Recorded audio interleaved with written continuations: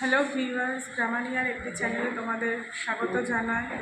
আজকে আমরা পড়ব ইনডেফিনিট আর্টিকেল। এর আগের দিন আমি কী নিয়ে আলোচনা করেছি না, আর্টিকেল নিয়ে। তো আর্টিকেল কয় প্রকারের হয় আমরা জেনেছি, ডেফিনিট আর্টিকেল আর ইনডেফিনিট আর্টিকেল।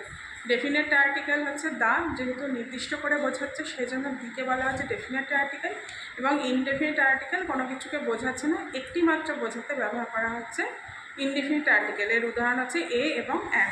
যেমন একটি কলম, এ পেন, এবং একটি ডিম, অ্যান এগ। তাহলে এখানে এ আর অ্যান কেন হলো না? আমরা জানি ইংরেজিতে 26টি বর্ণমালা আছে, তার মধ্যে 5টি এই, আই, ও, ইউ, এটা হচ্ছে ভাওয়েল। ভাওয়েল সাউন্ডের আগে বসছে হচ্ছে অ্যান, এবং বাকি এই 5টি ভাওয়েল বাদ দিলে যে 21টি কনসোনেন্ট থাকে তার আগে বসছে হচ্ছে এ। এই অবধি তোমাদের আমি ডিসকাস করেছি। আজকে আমি ডেফিনিট আর্টিকেল মানে এটা এই প্রসঙ্গে যাব না। আজকে আরও ডিটেলসে পড়ব হচ্ছে এই ইনডেফিনিট আর্টিকেল এ এবং অ্যান আর কোথায় কোথায় বসে। তাহলে এটা তো জানা গেল কনসোনেন্ট এবং ভাওয়েলটা, এবং আরও কিছু ক্ষেত্র আছে, বিশেষ ক্ষেত্রে যেখানে হচ্ছে এ বা অ্যান বসে থাকে। আচ্ছা, আমরা জানি আওয়ার, এই কথাটা HOUR আওয়ার, কিন্তু এইচ হচ্ছে কনসোনেন্ট, কিন্তু এর আগে বসে অ্যান আওয়ার। এই আওয়ার বললে কিন্তু ভুল হয়ে যাবে। কেন ভুল হবে না? এর যে প্রোনাউন্সিয়েশন আওয়ার, আওয়ার মানে এইচে উচ্চারণ আ সাউন্ড, তার মানে এটা লাইক এ ভাওয়েল, সেজন্য এর আগে বসছে হচ্ছে অ্যান। ঠিক আছে, অ্যান আওয়ার। এরকম হচ্ছে ইউরোপিয়ান, এই কথাটা যদি বলি তখন হবে হচ্ছে বা ইউজফুল, ইউয়ের উচ্চারণ ইউয়ের মতো, ইয়ের উচ্চারণটা ইউয়ের মতো যখন হবে তখন আবার ওইখানে বসে যাবে হচ্ছে এ। এগুলো হচ্ছে ব্যতিক্রম কিছু, এক্সেপশনাল কেস। যেমন এ ইউনিভার্সিটি বলি, কখনো অ্যান ইউনিভার্সিটি বলি না।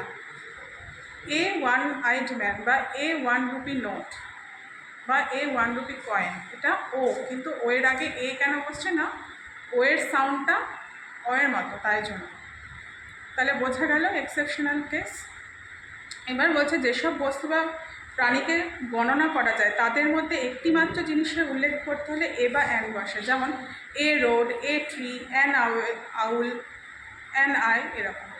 গণনা করা যায় এমন কোনো প্রাণীর বৈশিষ্ট্যের উল্লেখ করতে গিয়ে তার জাতি বা শ্রেণীর সকলকে বোঝাতে এ ব্যবহৃত হয়। যেমন a bird has wings, A crane is a bird. এখানে এ বার্ড বা এ ক্রেন বললে বার্ডের বা ক্রেনের পুরো জাতিটাকেই বোঝানো হচ্ছে না, কেবলমাত্র একটি পাখি এবং একটি বক বা ক্রেনকেই বোঝানো হচ্ছে। আচ্ছা, এই তো গেল। আবার কিছু কিছু ক্ষেত্রে সংখ্যা বোঝায় এমন কিছু ওয়ার্ড এর আগে এ বসে। যেমন এ ডজন, মানে ডজন, যেটা 12টাতে 1 ডজন হয়, এ ডজন, এ ফিউ, কিছু সংখ্যক, এ 100, এ লট অফ, মানে অনেকগুলি, এগুলোর ক্ষেত্রে এ বসে। আচ্ছা, পেপার, চক, উড প্রভৃতি বস্তুকে না ছিঁড়লে বা ভাঙলে এগুলোকে আমরা কাউন্ট করতে পারি না, টুকরো টুকরো আর কি বোঝাতে। যেমন পিস অফ কথাটা, a piece of paper, a piece of wood, এরকম বসে। কোনো ব্যক্তি বা স্থানের নাম এবং একাধিক প্রাণীর উল্লেখ থাকলে তার আগে এ বা অ্যান বসে না। যেমন কলকাতা, মুম্বাই, দীনেশ, ক্যাটস, এলিফ্যান্টস, এগুলোর আগে কিন্তু এ বসবে না। ঠিক আছে। দুটি কাগজের পৃষ্ঠা বা 3টি ঘড়ি প্রভৃতির ইংরেজি করার সময় পেপার্স বা চকস না লিখে তার বদলে এইভাবে ইংরেজি করা যায়: 2 sheets অফ পেপার, 2টি কাগজের পৃষ্ঠা, 3 pieces অফ চক, 3টি ঘড়ি। পেপার শব্দটির আগে এ ব্যবহার করা হয়, না হলে news paper, research paper, question paper প্রভৃতি শব্দের কিন্তু এ বসানো হয়। যেমন এ news paper, A question paper, a research paper. ঠিক আছে, বোঝা গেল আজকের টপিক।